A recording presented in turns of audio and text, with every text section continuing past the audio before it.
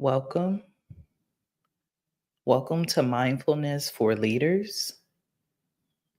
I'm Evolve Benton, and today we are holding a space for leaders, thought creators, experts, creatives who are leading in their life, leading in their business, leading in their passion, leading in their adventure. And I hope that this is for you. This is a new segment that we will be doing, we as myself and my team, will be doing on a weekly basis to support our clients. But, I thought to myself, why not open this up to the general public? Because I know that many people need support with mindfulness. And whether you're watching now or in the replay, I hope that this is impactful and that this is helpful for you as you navigate your day and as you navigate your journey. So, what we're going to do for today is I'm going to share with you a little bit about mindfulness. We'll get into a practice. I have a book that I'm reading right now and that I read often that I'll read a passage from, and then I will let you go on your day. And I hope that you're able to enjoy it and be mindful of the way that you're leading as you go through it. So, what is mindful leadership? Mindful leadership in, integrates mindfulness practices into management, emphasizes present moment awareness and intentional decision making. Leaders who practice this approach focus on self awareness, active listening, and emotional intelligence to make better decisions and support their teams effectively. This style helps reduce stress while improving team communication and organizational outcomes. So, this space that we're leading are for the folks who are, what I would like to say, in the trenches of leadership at organizations around the world. But for many of you, you may be entrepreneurs at your own businesses. And what I've learned as a business owner who spent 10 years in corporate is that oftentimes we take some of the habits that we learned from the leaders before us and we have to recreate them and be mindful. Working in higher education, for me, I experienced leaders who were not aware, who did not exhibit active listening, and who lacked emotional intelligence, which created for an environment where I honestly didn't feel supported and it was often extremely stressful. This is one of the reasons why I decided to leave and create my own company. So, whether you're working at an organization or you're creating your own, it's important that you integrate this so that you can have an experience with your team that reduces stress, improves in communication, and really helps with the organizational outcomes, which often lead to retention and profitability. What we've seen is if people are happy at work, they're happy to be productive. But when people are stressed out and unpresent, it's difficult for that to happen. And I know that right now, here in the US, we're in a very tough political climate when it comes to being an employee, but also when it comes to being a leader of employees. So I hope that this space helps you integrate mindfulness practices into your management style, whether you're managing your own organization or another, or even organizing at your home. Because I know we have some full-time home people who are at home taking care of their children or caretakers of family members or loved ones. All of that requires mindful leadership. So, what are the benefits of mindfulness before we get into our practice? The benefits of mindfulness are that they reduce stress. Mindfulness also improves focus and concentration. It can help regulate your emotions so that you're able to communicate better as a leader, increases self awareness and empathy for others, and fosters resilience. It also helps you overcome negative thinking and improves your overall well being. So, not only will this be effective for you to include in your practice because it will support you in supporting others, but it also will support you in supporting yourself. And the one thing my grandmother used to always say is that charity starts at home and then spreads abroad. And I hope that you're able to get that from here today. If you're able to implement a mindfulness practice into your practice daily, it will start with you, but the benefits will go to your family, will go to your friends, will go to the organizations that you support. And do me a favor, if you're watching now or in the near and dear future, just put the location that you're watching from in the comments in the chat so that I can know how far this medicine is going. So now that we understand the benefits of mindfulness, let's talk about today's practice. And I see some things coming in the chat. This is the story of many social enterprise entrepreneurs. Yes, definitely, Emily. This is very insightful, important for sure. No problem, Lisa. Glad that you're able to make it. So today's practice, I've decided to lean into a practice that I learned from Light Watkins, light as in light bulb, Light Watkins, and he's an amazing meditation teacher. I'm in Atlanta, Georgia, and 2 years ago, I got to do a meditation retreat with him, and it was very phenomenal for me because I'd never taken the time to really sit down and learn a meditation practice. So there are a few things that you'll need before we get into our practice today. One, you'll want to be in an environment where you can sit.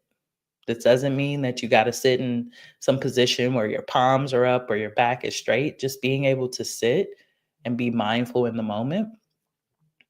The next thing that you'll need is to be able to sit for 10 minutes, right? So if you're driving or if you're listening to this while washing dishes, maybe you can pause for a moment and just, sit in that moment for the next 10 minutes. And the other thing I want to invite you to do is this is a silent meditation. But before we go into the meditation itself, we're going to do a few deep breaths. And I want you to be mindful when you go into your meditation that it doesn't have to be silent for you to tap into the medicine of meditation. So when I first started working with light, I was used to doing a meditation practice with music or guided. And I didn't really believe that I could do something and just sit in silence. But the importance of silence, especially right now, is that we need to be able to hear our own thoughts. We need to be able to hear the medicine that is truly coming from our ancestors. And in order for us to hear that, we have to turn off the social medias and the media in general. And, we have to turn off other voices to hear the voices that are important. But you will hear things, right? I'm meditating, but I've got my beautiful dogs in the other room. My wife is downstairs exercising, and I can kind of hear the murmur of the treadmill. There's cars passing by. I can hear that faintly. So instead of trying to turn off what you hear when we go into this practice, invite it in. They are a part of our meditation party. That's how Light Watkins describes it. And we don't want to turn off that because the truth is we want to be able to tap into this even in a busy, loud environment. We want to be able to tap into our own mind and what we hear. So I'm going to go off camera. I'm going to go on mute for a moment and we're going to get into our practice. But before we go into that, I would love for us to just take some collective deep breaths. And what we're going to do is we're going to hold our breath for 6 seconds and then we're going to release for 6 seconds, right? And we're going to do that 3 times. So we're going to hold our breath.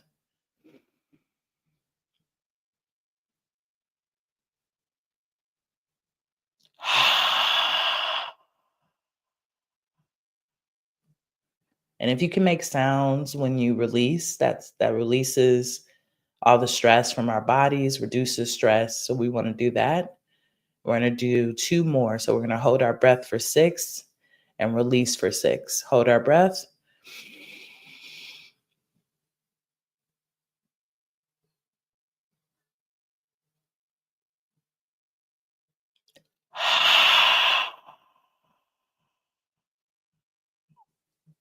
And one more time, we're going to hold our breath and release it. And then we're going to go into 10 minutes of silence. And when we report back, I will have today's affirmation and a collective reading for you. So, one more deep breath in, hold it.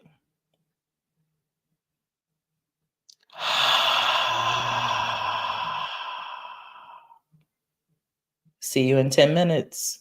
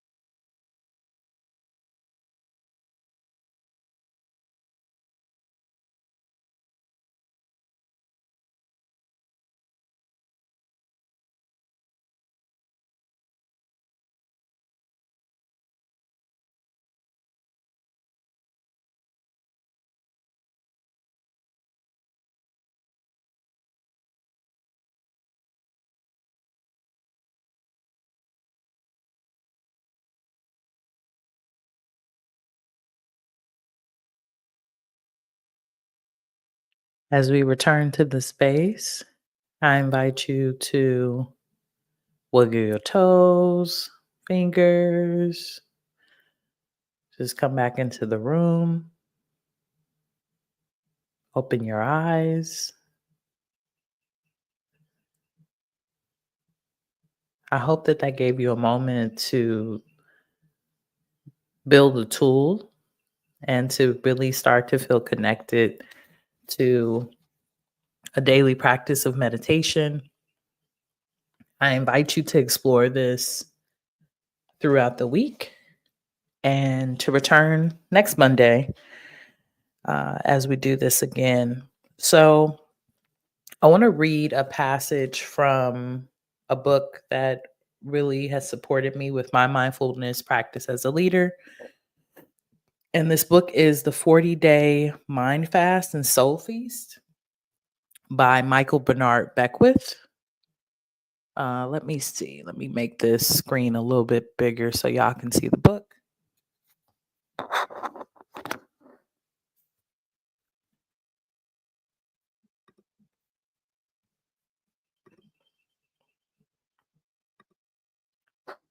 This is the book.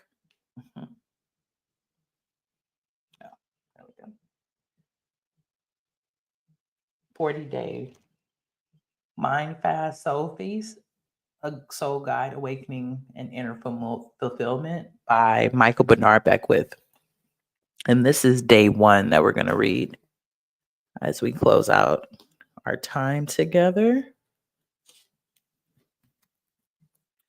So, day one, the divine plan is one of freedom. The inherent nature of man is ever seeking to express itself in the terms of freedom, because freedom is the birthright of every living soul. Ernest Holmes. Day one, the soul's organic freedom. There's a wise Zen saying that says you cannot stop birds from flying around your head, but you can prevent them from making nests in your hair. As you begin to mature spiritually, you discover that although you cannot stop the world's chatter about lack and limitation from rolling around you, you can prevent it from lodging into your consciousness. How? Through meditation and affirmative prayer. The compass of your awareness develops the habits of continuously turning in the direction of spirit for intuitive guidance, wisdom, joy, peace, and love. Now, I'm not suggesting that you should deny the noisy birds of limitation sometimes fly around in your experience, begging you to throw them some crumbs of your attention. What I'm saying is that by staying your attention, what I am saying is by staying your attention on the changeless reality of authentic self, you experience an inner freedom from things that distract you from your awakened nature. There's a tendency in human nature to look to the external world for fulfillment that can only be found within. That which is merely external is powerless to satisfy the inner spirit. By reversing the searchlight of your senses, By reversing the searchlight of your senses and focusing your attention on that which is real, you will undergo a permanent shift in consciousness, which will requalify your entire experience. This day, set your intention to silently converse with the spirit in the language of your heart. If it is peace that you seek, look first to its source residing on the altar within. If it is joy for which you long, commune with its source in meditation. If it is sense of safety and inner security that you want, practice affirmative prayer about your true nature of immortality and wholeness. Then at the end of the day, you will see how you have met the needs of each moment with God in your consciousness. You'll be free from the intrusive clamor of mediocrity going on around you, and at last taste the freedom from which you yearn. I love this. So that is day one from 40-Day Mind Soul Feast by Michael Bernard Beckwith. And I thought that that was so beautiful for us to tap into because we were just discussing closing off the things in our mind and making space and time for not being distracted so that we can become more mindful, emotionally intelligent, loving, joyful leaders. So I hope that that was helpful, and I hope you get to check the book out. It's one of my favorite books. So within that book, they always have a daily affirmation after the daily reading. And that affirmation is: I renounce being bound by habit, personal history, experience, or circumstance. I am free as spirit is free. And I'll say it 3 times. I renounce being bound by habit, personal history, experience, or circumstance. I am free as spirit is free. I renounce being bound by habit, personal history, experience, or circumstance. I am free as spirit is free. I invite you to take this affirmation and to say it 3 times as you close up your mindfulness practice. I also invite you to check out the book in your local library or your local bookstore. I think it could be a phenomenal read for you. So, as we wrap up our time together today, I hope that this was helpful and restorative for you. We will be back next Monday, same place, same time.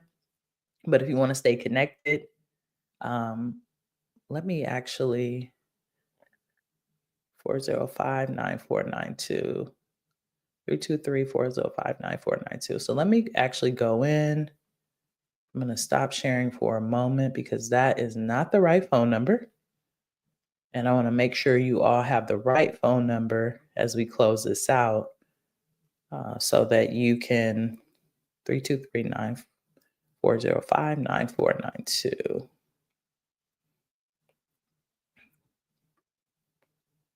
And let me just make sure. I want to make sure that this is the right phone number, which I'm almost positive it is.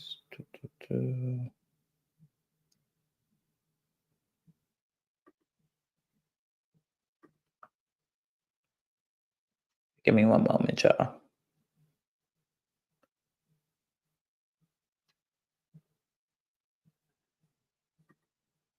Yep, that's the right number. So let me just update this slide really quickly. Now it's updated. Go on and share. You always got to make sure, y'all, that you stay on top of things like this because you don't want to be leading people to the wrong space for them to get support. So, seeing that typo, glad I seen it. And now I will share again. Okay, perfect. There we go. So, if you are interested in staying connected and you would like more support, please text the word lead to 323-405-9492.